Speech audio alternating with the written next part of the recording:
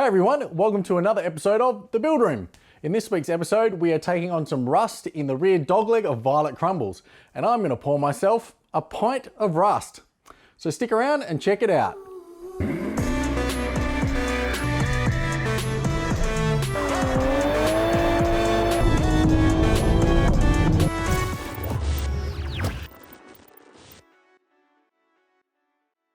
Okay, so luckily we've already taken the doors off, which is going to give us a bit more access to some of the bits we need to. Looking along the sills themselves, they look pretty good all the way along until they get to about here, which is really the start of the dogleg. So if we look really closely, you can see there's a panel join right here, and that runs all the way straight down. And I would say we've probably got rust till about here. And you can actually see that. I'll flip a shot to the inside of the car, but you can see that there is rust extending down here, but most of it is stemmed from water getting in through here.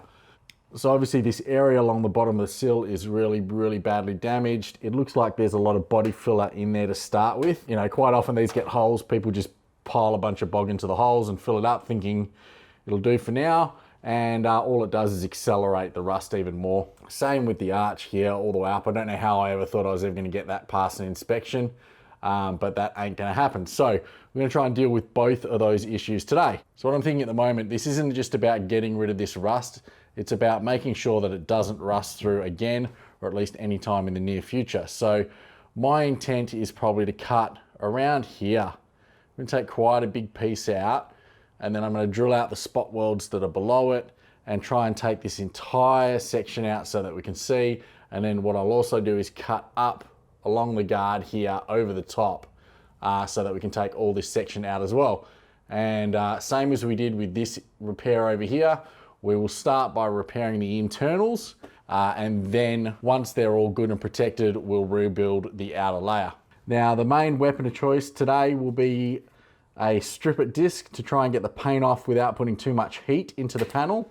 And I've also got some knot brushes and just some flap discs. But these flap discs, you'll notice this one's an 80 and I've also got a 120 here. So they're a lot finer grit than I would normally use. I normally use a 36 or a 40 for grinding back welds. So obviously the finer the flap disc, the less heat you're going to put into the panel and the less material you're going to take off when you actually get down to the surface metal. So I use the tape to mark out first a cut line, and then I'll mask above that and get an area that will be the stripped area, because I want to strip higher on this surface than where I'm going to cut, because obviously when I cut, I'll weld it back in, but I need both sides of the cut to be stripped back so that it'll weld cleanly. So I'll probably strip maybe an inch above that line just to make sure.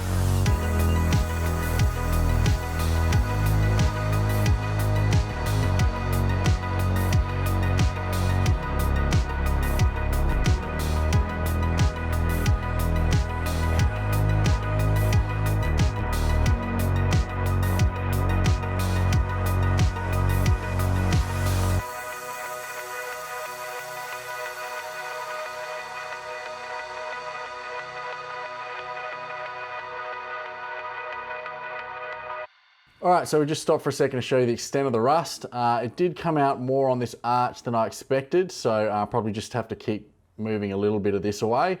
But then as we got through here, yeah, that's a pretty big gap. Now, obviously, the knot brush that I was using has taken anything that was partially rusted and just chopped it out. So it wouldn't have been this bad when they filled this originally, but definitely there were holes in there. And in particular, if you look at this one, that looks like it's been dented in.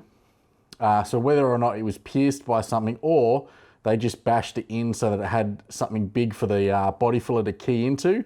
But either way, that is not a repair that I hope anyone ever paid money for. That's probably the cheapest paint job ad in the quokka kind of a thing.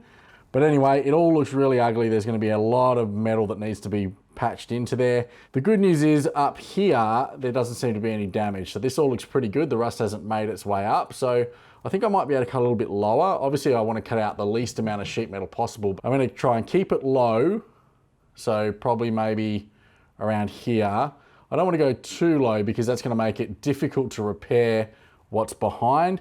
And it's also going to mean I can never be 100% sure that if I was just to cut, say, here, what's to say that that panel isn't rusty on the inside up to about here. So always just make sure you've got some margin of error there so you can see what's underneath. This area, I've got a small hole here.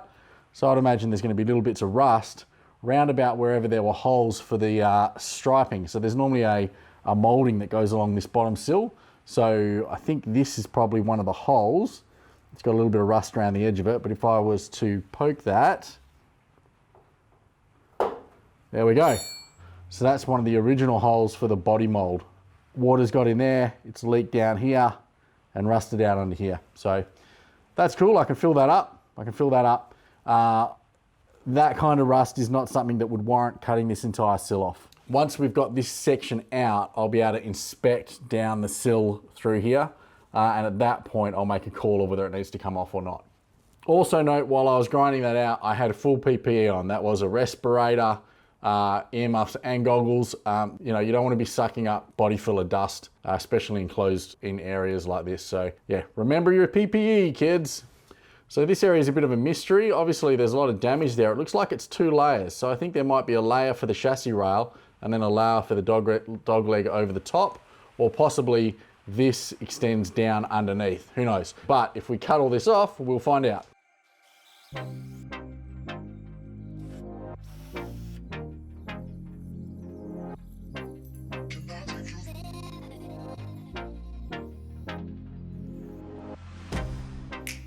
Get you out of my mind. It's like I feel it for the first time. Been thinking about you all night. I've been searching for this all my life. You're just my type. I've been looking for a boy who can treat me right. Your dark hair with those eyes so bright. They look into my soul and it sparks my life. Can I take you there? Like it was the first time. Do you remember? Can I take you there? Back to when we felt like this was forever. Can I take you there? Like it was the first time. Do you remember? Can I take you there? You're all I need. Can I take you there? Can I take you there?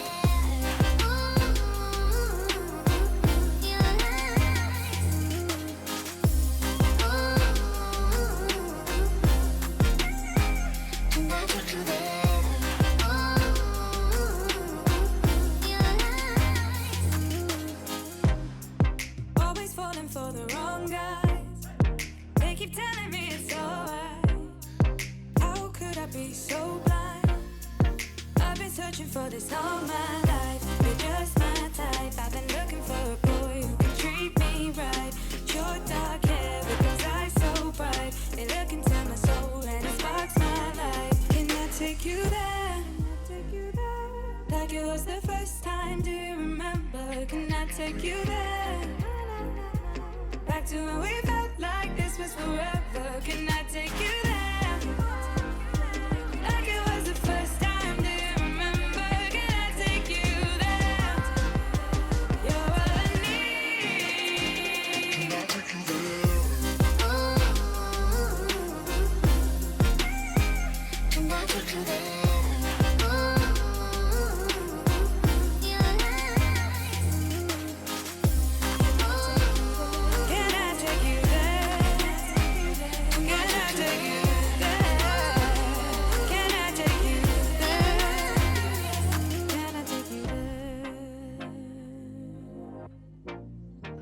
All right, so we are like 4 different layers into this now.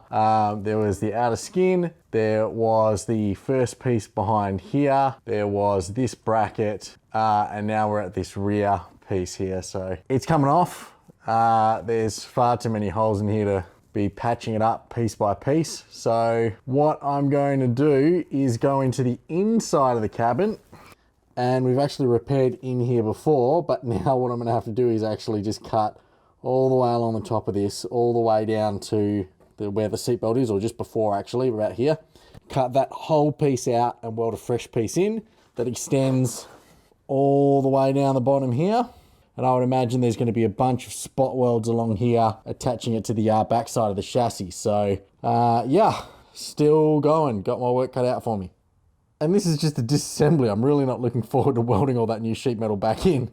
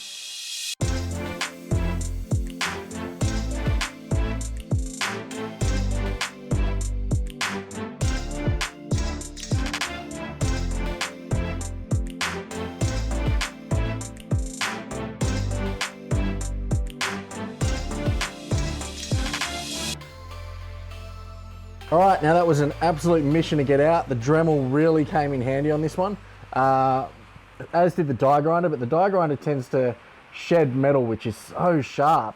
It's just like laying on a bed of needles on the ground here. I'm trying to avoid using that wherever possible. So you can see the I guess the rail box here, which has the pickup point for the diff, and that connects into the chassis rail and to the sill. So all this is really good. Everything in here needs to be cleaned up. You can see some reasonable and some not so reasonable shoddy welding that I did from the other side. I'll tidy that up a little bit, and we'll just make sure that we can weld into it solidly. So really what's left to do now is just to clean all of this out as best as I can. And as you can see, there's some areas of sort of just rusty metal sandwiched between 2 panels. Now there's not much I can do about that. What I am going to do is just use the die grinder and anything else to clean it all out as much as possible. Really treat it well with some rust converter, and then basically move on with my life. So yeah, a bit of cleaning and some prep, and we'll be able to weld some panels back on here. I'm also going to take out this area here. So there's some rust in the end here, and there's a metal plate that sits inside here. It's stopping me from seeing down the rear sill at the moment. So what I'm going to do is cut it back as close to that panel as I can and take this section out. I'll repair this area obviously, but what I really want to do is, there is a lot of rust behind this area. I think we will be good as we get down to here. So I want to be able to look down here and verify all that. Otherwise the entire sill's coming off, and that's a whole nother game. So I'll cut this off, I'll clean this out, and then we'll jump back up on the workbench and have a look at the metal we cut out.